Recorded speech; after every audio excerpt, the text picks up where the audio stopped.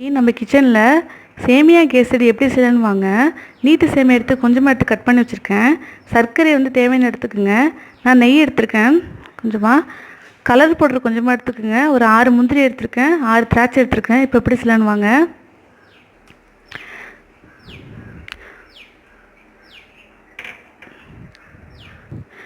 இதில் நெய் ஊற்றிக்குங்க.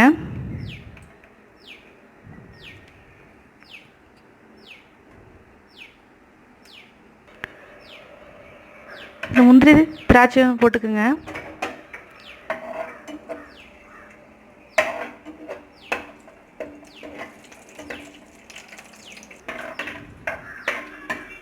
இப்போ சேமியா போட்டுக்குங்க.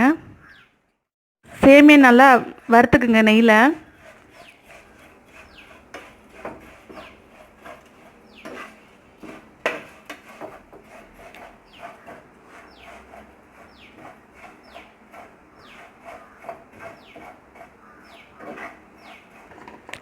இப்போ நல்லா வறுத்தாச்சு. இப்போ தண்ணி ஊற்றிக்கலாம். நான் 1 டம்ளர் தண்ணி ஊற்றுறேன். உப்பு தேவையான அளவு போட்டுக்கோங்க. இதில் கலர் பவுடர் சேர்த்துக்குங்க.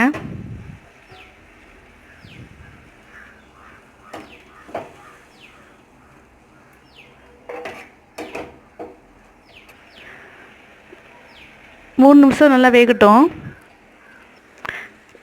இப்போ நல்லா வெந்துருச்சு. இப்போ சர்க்கரை சேர்த்துக்கலாம்.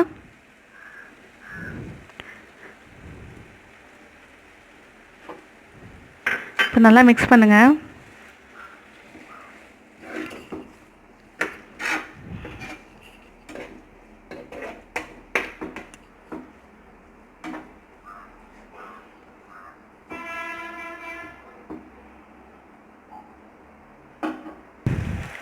இப்போ சேமியா கேசரி சூப்பராக ரெடி ஆகிடுச்சு. ஒரு பிளேட்டில் எடுத்துக்கலாம்.